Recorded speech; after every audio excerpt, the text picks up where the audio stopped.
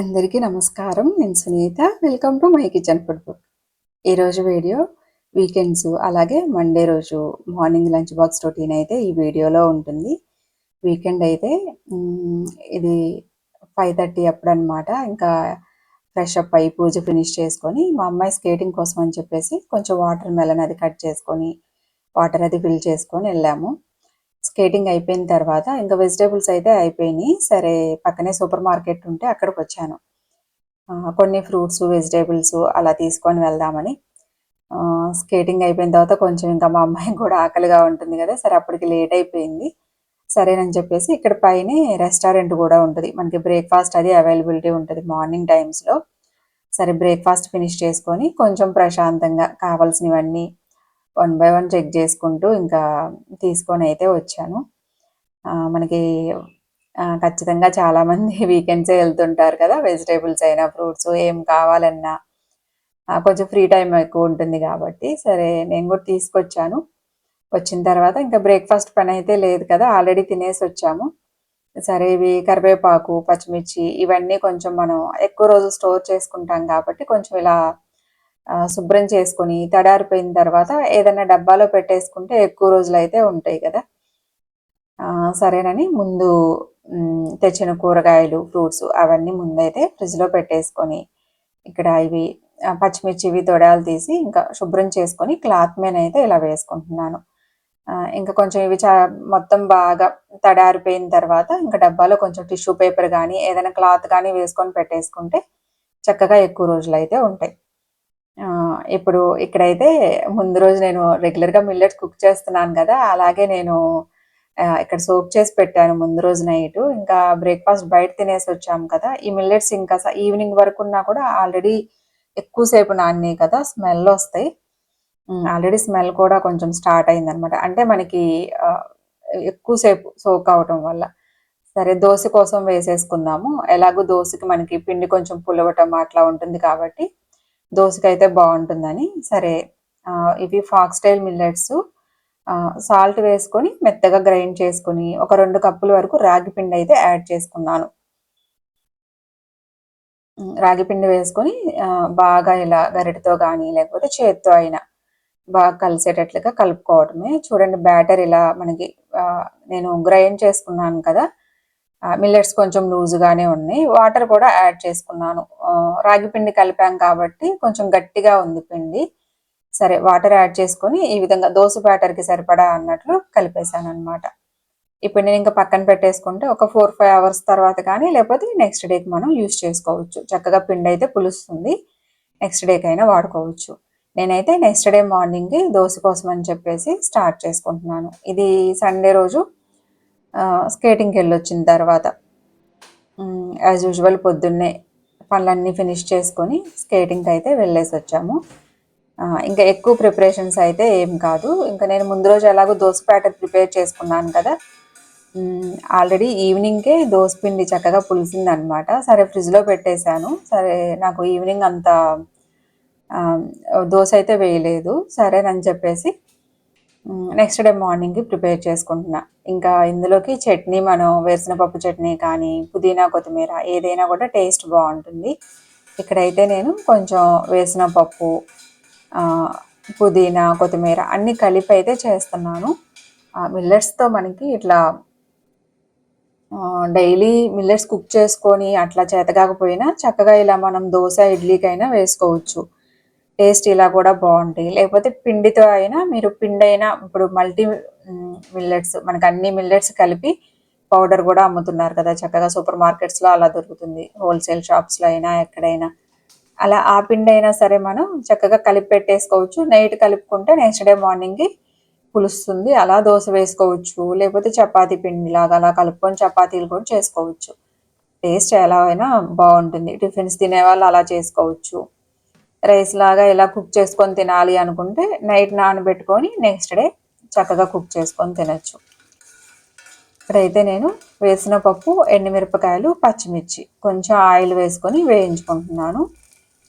చూడండి వేసిన పప్పు వేగినాయి. ఇప్పుడు ఇందులో అయితే కొంచెం కరివేపాకు పుదీనా కొత్తిమీర ఇవి కూడా వేసుకొని వేయించుకుంటున్నాను. కొంచెం తీసుకున్నాను. ఒక గుప్పెడు పుదీనా, ఒక గుప్పెడు కొత్తిమీర అంతే. ఇందులోనే కరివేపాకు కూడా వేసుకున్నాను. ఒకసారి కలుపుకొని ఎక్కువసేపు అయితే వేగక్కర్లా. మనకి ఇవి పుదీనా కొత్తిమీర జస్ట్ మనకి కొంచెం ఒక 5 మినిట్స్ అట్లా వేయించుకుంటే సరిపోతుంది. ఆకంతా కొంచెం మెత్తబడిన తర్వాత ఇంకా స్టవ్ ఆఫ్ చేసుకోవటమే. టేస్ట్ ఇలా కూడా చాలా బాగుంటుంది. కావాలంటే పుట్నాల పప్పు యాడ్ చేసుకోవచ్చు. ఇక్కడ నేను వేయట్లేదు. ఇందులో పచ్చి కొబ్బరి, ఇంకా మనకి దోశ ఇడ్లీలోకి చట్నీ అంటే కొబ్బరి ఖచ్చితంగా వేసుకుంటాం కదా. కొబ్బరి లేకపోతే స్కిప్ చేసేసుకోవచ్చు, కానీ కొబ్బరి వేసుకుంటే టేస్ట్ బాగుంటుంది. ఒకసారి కలుపుకొని ఒక 2 నిమిషాల తర్వాత స్టవ్ ఆఫ్ చేసుకొని ఇందులో నేను కొంచెం సాల్ట్, జీలకర్ర, వెల్లుల్లిపాయలు ఇవి వేసుకొని గ్రైండ్ చేసుకొని ఇంకా తాలింపు పెట్టేసుకున్నాను.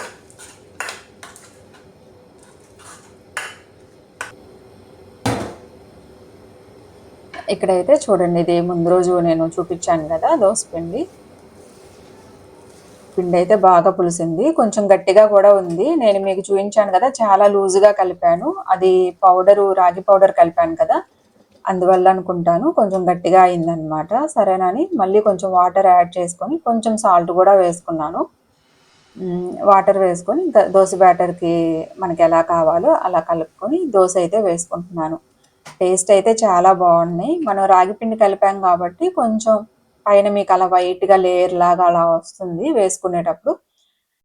టేస్ట్ మనకి నార్మల్ దోశలాగే వస్తాయి. మీరు పల్చగా కావాలంటే వేసుకోవచ్చు, లేకపోతే చక్కగా కొంచెం మందంగా ఉల్లిపాయలు అవి కట్ చేసుకొని ఊతప్పం లాగైనా వేసుకోవచ్చు. ఎలా వేసుకున్నా కూడా టేస్ట్ బాగుంటాయి. దోశలు కూడా చాలా బాగా వస్తాయి. చూడండి, పల్చగా ఇలా వేసుకోవచ్చు, క్రిస్పీగా వస్తాయి. ఇంకా మా వాళ్ళకైతే టిఫిన్ పెట్టేశాను, ఇంకా వాళ్ళు తింటూ ఉన్నారు. నేను మందంగా వేసుకున్నాను కొంచెం. ఈ చట్నీ అయితే చాలా బాగుంది. వేసిన పప్పులో పుదీనా, కొత్తిమీర ఇలా కలుపుకొని మనం ఏమైనా ఇట్లా ఆకుకూరలు కొన్ని లేకపోతే స్ప్రింగ్ ఆనియన్స్ అయినా యాడ్ చేసుకొని చేసుకోవచ్చు. టేస్ట్ అయితే చాలా బాగుంది. దోశ అలాగే చట్నీ ఇవి రెండు అయితే చాలా బాగున్నాయి, ట్రై చేయండి. ఇంక ఇక్కడైతే ఇది స్కూల్ ఉన్నప్పుడు అనమాట, మండే రోజు తీసింది. మార్నింగ్ లంచ్ బాక్స్లోకి, ఈరోజు లంచ్ బాక్స్లోకి మిల్లెట్స్తో పాటు టేస్టీగా ఉండే కర్రీ అయితే మెంతికూరతో కర్రీ ప్రిపేర్ చేశాను. ఇక్కడైతే ముందు బీట్రూట్ కర్రీ కోసం అని చెప్పేసి పెట్టేసుకున్నాను. ఇంకా ప్యాన్ పెట్టేసుకొని ఆయిల్ వేసుకొని ఇందులో నేను తాలింపు గింజలు వేసుకొని, ఇక్కడ చూడండి ప్లేట్లో కరివేపాకు, ఉల్లిపాయ ముక్కలు, బీట్రూట్ని ఇలా తురుముకున్నాను. బీట్రూట్ ఇలా తురుముకుంటే మనకి బాగుంటుంది టేస్ట్. లేకపోతే సన్నగా చిన్న ముక్కలు లేకపోతే చాపర్లో అయినా వేసుకోవచ్చు, అలా కూడా బాగుంటుంది. చాలామంది ఇష్టపడరు కదా బీట్రూట్ తినడానికి. మా అమ్మాయికి అయితే చాలా ఇష్టం. చాలామంది పిల్లలు బీట్రూట్ అవాయిడ్ పిల్లలనే కాదు పెద్దవాళ్ళు కూడా అవాయిడ్ చేస్తూ ఉంటారు. మా అమ్మాయికి అయితే ఫేవరెట్ కర్రీ అనుకోవాలని. ఇంకా అందులో నేను కొంచెం పసుపు, ఉప్పు వేసుకొని ఇంకా మీడియం ఫ్లేమ్లో పెట్టేసుకున్నా. ఇంకా వేగుతూ ఉంటుంది. ఇక్కడ చూడండి మిల్లెట్స్ కూడా కుక్ అయినాయి. ఇంకా గంజి వార్చేసి పెట్టేశాను. చూడండి ఎంత పొడి పొడిలాడుతూ వచ్చిందో మిల్లెట్స్. సరే, ఇంకా మిల్లెట్స్ పక్కన పెట్టేసుకొని ఈరోజు మెంతాకుతోటి ఇది చపాతీలోకైనా మిల్లెట్స్ రైసు దేనిలోకైనా బాగుంటుంది టేస్ట్. సింపుల్గా ఎక్కువ మసాలాలు ఏం లేకుండా టేస్టీగా ప్రిపేర్ చేసుకోవచ్చు. టేస్ట్ అయితే చాలా బాగుంది కర్రీ. మసాలాలు తక్కువ తినేవాళ్ళు, స్పైసీ లేకుండా ఇట్లా తినాలి అనుకుంటే ట్రై చేయండి. ఇక్కడైతే బాండీ పెట్టేసుకొని ఆయిల్ వేసుకొని ఇందులో కొంచెం సోంపు వేసుకుంటున్నాను. సోంపు వేగిన తర్వాత ఉల్లిపాయలు, పచ్చిమిరపకాయలు, ఒక పెద్ద ఉల్లిపాయని చిన్న ముక్కలుగా కట్ చేసుకొని వేసుకొని ఒక 2-3 పచ్చిమిరపకాయలు, కొంచెం కరివేపాకు. ఇవి ఉల్లిపాయలు కొంచెం కలర్ చేంజ్ అయ్యే వరకు వేయించుకుంటే సరిపోతుంది. సరే, ఉల్లిపాయలు వేగేలోపు మిక్సీ జార్లోకి ఒక 2 టమాటాలు, కొంచెం అల్లము, వెల్లుల్లి ఇవి మెత్తగా గ్రైండ్ చేసుకోవాలి. టమాటాలని మనం చాపర్లో అయినా వేసుకోవచ్చు. అట్లా అయితే మనకి కొంచెం గుజ్జులాగా అట్లా వస్తుంది, చిన్న చిన్న ముక్కలుగా అవుతాయి చాపర్లో. లేదు కొంచెం గ్రేవీగా కావాలి అనుకుంటే ఇట్లా ఇంకా చక్కగా ఇలా మిక్సీ జార్లో తీసుకొని మెత్తగా గ్రైండ్ చేసుకోవటమే. కావాలంటే మీరు జీడిపప్పు అలా యాడ్ చేసుకోవచ్చు. నేనైతే చాలా సింపుల్గా ప్రిపేర్ చేసేస్తున్నాను. టమాటా గ్రైండ్ చేసుకొని మీల్ మేకర్ మనకి ఇలా చిన్న చిన్న గ్రాన్యూల్స్ లాగా దొరుకుతున్నాయి కదా, వీటిని హాట్ వాటర్లో వేసుకొని ఇది మొత్తం స్క్వీజ్ చేస్తున్నాను. ఇవి లేకపోతే నార్మల్ మీల్ మేకర్ని వేడి నీళ్ళల్లో వేసుకున్న తర్వాత మిక్సీ జార్లో మీరు పల్స్ ఇచ్చినట్లుగా అలా చేసుకొని అలా కూడా గ్రైండ్ చేసుకోవచ్చు. ఇక్కడ చూడండి, ఉల్లిపాయలు వేగిన తర్వాత గ్రైండ్ చేసి పెట్టుకున్న టమాటా పేస్ట్ అయితే యాడ్ చేస్తున్నాను. ఇందులో కొంచెం పసుపు వేసుకొని ఆల్రెడీ పచ్చిమిర్చి వేసాము కదా, కారం అయితే 1 స్పూన్ యాడ్ చేస్తున్నాను. ఇంతకన్నా ఇంకా స్పైసీగా కానీ గరం మసాలాలు ఇవన్నీ అయితే ఏం యాడ్ చేయట్లేదు. పచ్చిమిర్చి, కారం, అలాగే ఉప్పు. ఈ కారము చాలామంది ఇది మసాలా కారం యూజ్ చేస్తూ ఉంటారు కాబట్టి ఇందులోనే మనకి ధనియాలు, జీలకర్ర, మెంతులు, వెల్లుల్లి ఇవన్నీ వేసుకుంటాం కదా. ఇలా గ్రేవీ కర్రీస్ చేసుకునేటప్పుడు ఈ మసాలా సరిపోతుంది అనిపిస్తుంది నాకు. ఇంతకన్నా ఎక్కువ మసాలా యాడ్ చేస్తే ఇంకా కడుపులో మంట, లేకపోతే ఇంకా అదొక మనకి డైజెస్ట్ అవ్వకపోతే తేపులు వస్తున్నట్లు అలా ఉంటాయి కదా, అందుకోసమని ఎక్కువ మసాలా అయితే యాడ్ చేయను. టమాటా వేసుకున్న తర్వాత శుభ్రం చేసి పెట్టుకున్న మెంతాకు వేసుకుంటున్నాను. ఇది ఒక కట్ట మెంతాకు అనమాట. శుభ్రంగా ఒలుచుకొని వాటర్తో క్లీన్ చేసి వేస్తున్నాను. మనకి ఈ మెంతాకుతో పాటు టమాటా చూడండి ఈ విధంగా మొత్తం బాగా దగ్గరకు వచ్చేసి ఆయిల్ అంతా బయటకు వచ్చే వరకు వేయించుకోవాలి. మెంతాకు కూడా కొంచెం చేదుగా ఉంటుంది. టమాటా మనం పచ్చిదే గ్రైండ్ చేసాం కదా, పచ్చిదనం లేకుండా ఉండాలంటే ఈ విధంగా మనకి ఆయిల్ సైడ్స్కి వస్తుంది చూడండి, అలా వచ్చే వరకు వేయించుకోవాలి. బాగా చిక్కగా వచ్చింది కదా, ఇప్పుడు ఇందులో మనం ఇది మీల్ మేకర్ వేసేసుకోవాలి.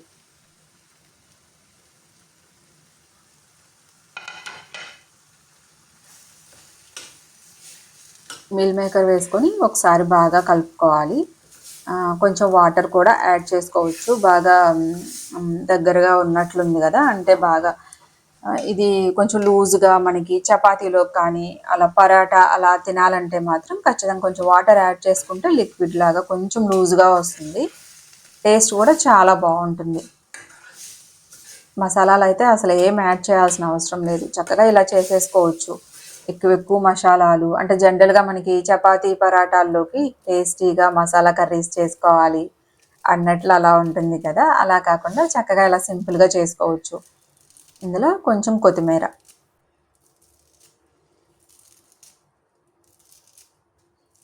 కావాలంటే జీడిపప్పు మీరు టమాటా గ్రైండ్ చేసేటప్పుడు అప్పుడు యాడ్ చేసుకోవచ్చు. జీడిపప్పు కానీ కొంచెం పచ్చి కొబ్బరి, కొంతమంది పెరుగు వేస్తూ ఉంటారు. మీకు ఎలా కావాలంటే అట్లా. టేస్ట్ అయితే చాలా బాగుంటుంది. నేనైతే ఇక్కడ చాలా సింపుల్గా ప్రిపేర్ చేస్తున్నాను. ఇందులో లాస్ట్లో నేను కొంచెం కసూరి మేతి వేసుకున్నా. కసూరి మేతి మనకి ఏ కర్రీలో వేసినా కూడా టేస్ట్ బాగుంటుంది. ఇలా మనం గ్రేవీ కర్రీస్ చేసుకునేటప్పుడు కసూరి మేతి వేసుకొని కలుపుకొని ఇంకా స్టవ్ ఆఫ్ చేసుకోవడమే, కర్రీ రెడీ. ఇక్కడ బీట్రూట్లో కూడా నేను కారం వేసి ఇంకా స్టవ్ ఆపేసాను. ఫ్రై చూడండి, మనకి ఇది కూడా మనకి చాలా టేస్టీగా ఉంటుంది. ఇక్కడైతే ఇంకా లంచ్ బాక్స్ అయితే పెట్టేస్తున్నా మా అమ్మాయికి. ఈరోజు 2 బాక్సుల్లో అంటే కొంచెం కొంచెం పెట్టాను. దానికి బీట్రూట్ కర్రీ అయితే చాలా ఇష్టం. సరేనని ఇవి చిన్న చిన్న బాక్సులే కదా, సరే పెరుగన్నం పెట్టకుండా 2 కర్రీస్తో పాటు ఇలా పెట్టేస్తున్నాను. ఒక బాక్స్లో బీట్రూట్ కర్రీతో పాటు కొంచెం మిల్లెట్స్ పెట్టేశాను. రెండో బాక్స్లో అయితే మెంతాకు మీల్ మేకర్ కర్రీ. ఈ కర్రీ అయితే అసలు చాలా బాగుంది. ఇంకా మనకి మసాలాలు యాడ్ చేయకపోయినా అసలు ఎంత బాగుందంటే చపాతీ పరాటాల్లో కూడా బాగుంది, రైస్లో కూడా. ఇంకా అలాగే స్నాక్స్ కూడా పెట్టేశాను. ఈరోజు అయితే ఇవి బయట తీసుకొచ్చినాయే, మనకి కాకరకాయ చిప్స్ అవి ఉంటున్నాయి కదా సూపర్ మార్కెట్స్లో, అవన్నమాట. కాకరకాయ చిప్స్తో పాటు కొంచెం ఇవి చక్రాల్లాగా మిక్చర్ అనమాట. ఇంక ఇవైతే పెట్టేశాను లంచ్ బాక్స్లోకి ఈరోజు. ఈజీ అండ్ టేస్టీ రెసిపీస్ ఎవరికైనా నచ్చితే ట్రై చేయండి. చాలా సింపుల్గా ప్రిపేర్ చేసుకోవచ్చు. టేస్ట్ అయితే చాలా బాగుంటుంది ఈ కర్రీ. ఒకసారి ట్రై చేయండి. చపాతీ, రోటీ, పరాటా, లేకపోతే రైసు, మిల్లెట్స్ దేంట్లోకైనా బాగుంటుంది. చక్కగా చాలా టేస్టీగా ఉంది, ట్రై చేయండి. సరే అండి, ఈరోజు వీడియో అయితే ఇదే. ఇంకా లంచ్ బాక్స్ ప్రిపరేషన్ అయితే అయిపోయింది. బాక్స్ పెట్టేసి మా అమ్మాయిని ఇంక బస్ దగ్గర అయితే వదిలిపెట్టేసి వచ్చానమాట. Thank you so much.